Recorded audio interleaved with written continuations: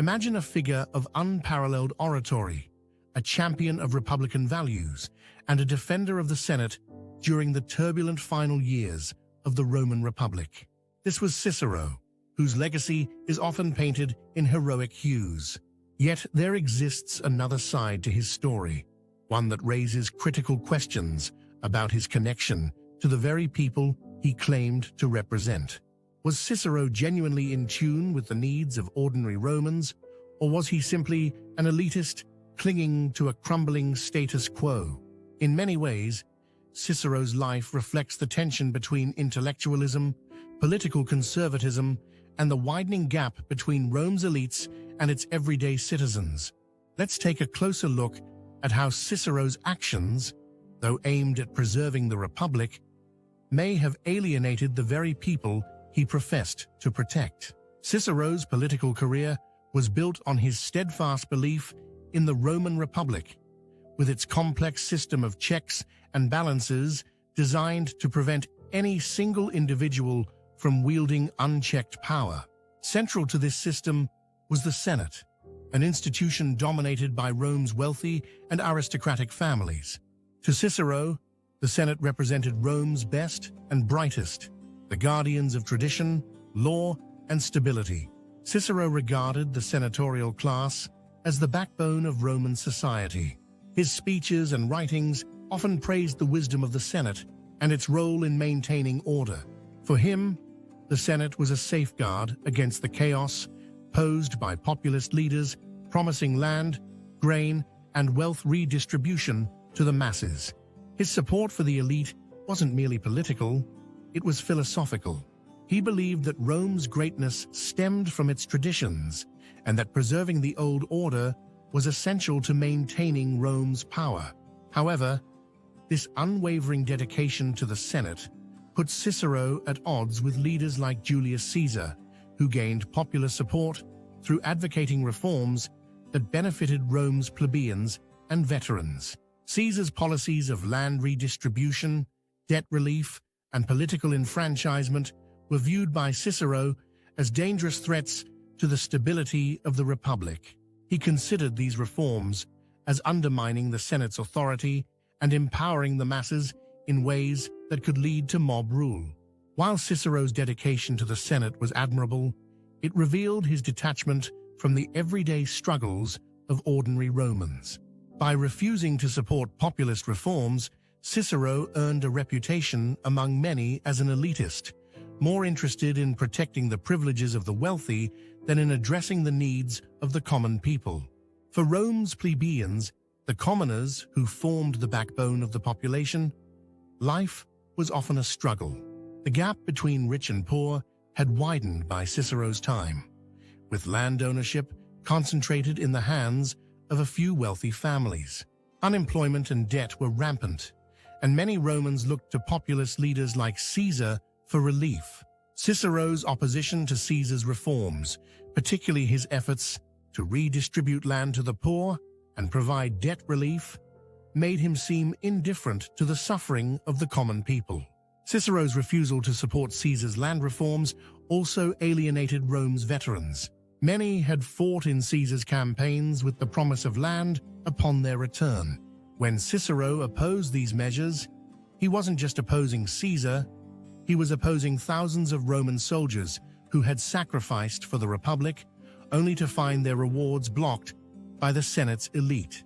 This stance further distanced Cicero from the broader Roman populace, deepening the divide between the political elite and ordinary citizens. Cicero's most significant political conflict arose with the rise of Julius Caesar.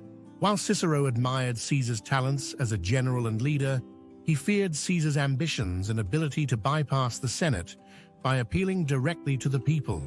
For Cicero, Caesar represented everything wrong with populism, an erosion of traditional Roman values, and a direct threat to the authority of the Senate. Caesar's rise was fueled by his populist agenda, which included land reforms, debt relief, and public works projects that benefited the plebeians and veterans.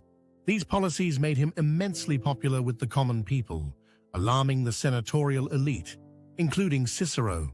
Cicero viewed these policies as bribes designed to win popular support at the expense of the Republic's traditions.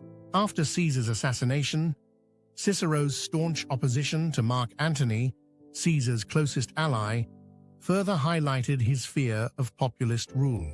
In a series of speeches known as the Philippics, Cicero attacked Antony as a tyrant who sought to continue Caesar's populist policies and consolidate power for himself. Cicero believed that by defending the Senate and attacking populist leaders like Antony, he was preserving the Republic.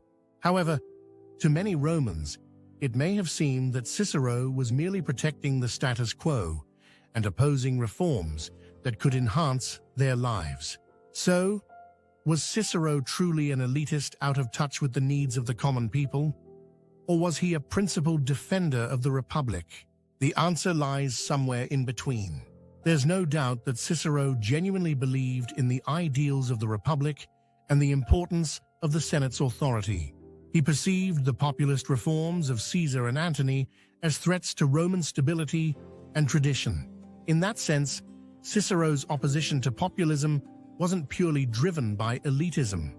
It was rooted in his belief that unchecked populism could lead to chaos and dictatorship. However, Cicero's refusal to support populist reforms reveals how disconnected he was from the realities faced by ordinary Romans. While Cicero focused on preserving the Republic's institutions, many plebeians and veterans were more concerned with immediate issues like debt, unemployment, and land access. Cicero's lack of support for these issues made him seem indifferent to the needs of the people he claimed to represent. Cicero's career highlights a broader pattern seen throughout history: how political figures, when focused solely on maintaining the status quo, can become isolated from the public they serve. By aligning himself closely with the senatorial elite and opposing populist reforms, Cicero failed to see that the republic he was defending was already losing the support of the common people.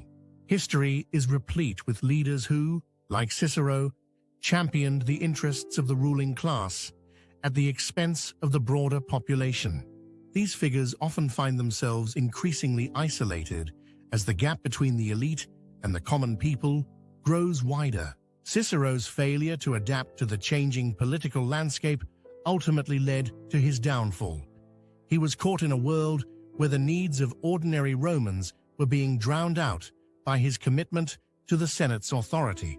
Cicero's story serves as a cautionary tale for politicians and intellectuals who become too closely aligned with the elite. While preserving tradition and stability is vital, so too is understanding the needs and concerns of the broader population. Leaders who fail to bridge the gap between the elite and the people risk losing the very support that sustains their power. Cicero's legacy is undeniably complex. He was a brilliant orator, philosopher, and defender of the Republic's ideals, but his unwavering support for the senatorial elite and his opposition to populist reforms made him seem out of touch with the needs of ordinary Romans. While his fear of unchecked populism may have been justified, his failure to address the growing divide between the rich and the poor ultimately contributed to the Republic's downfall.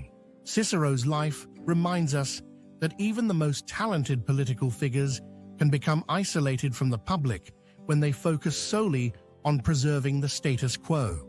His story serves as a reminder that true leadership requires not only defending tradition, but also understanding the needs of the people and knowing when it's time for change. If you found this exploration of Cicero's legacy intriguing, please like and subscribe for more deep dives into history's most fascinating figures. Join the conversation in the comments below about how Cicero's ideals align or clash with modern politics. Let's keep the discussion going as we uncover the lessons of the past that continue to resonate today.